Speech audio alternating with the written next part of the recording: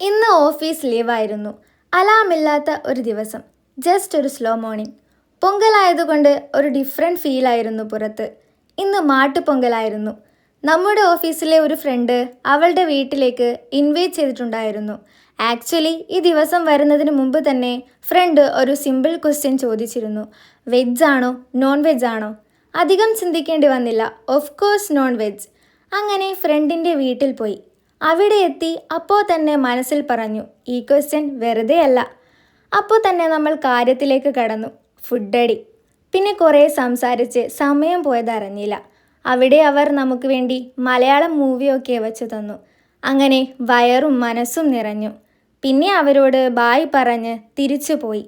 നാളെ ഓഫീസിൽ വീണ്ടും പോകണ്ടേ എന്നാലോചിച്ചപ്പോൾ മൂഡ് പോയി.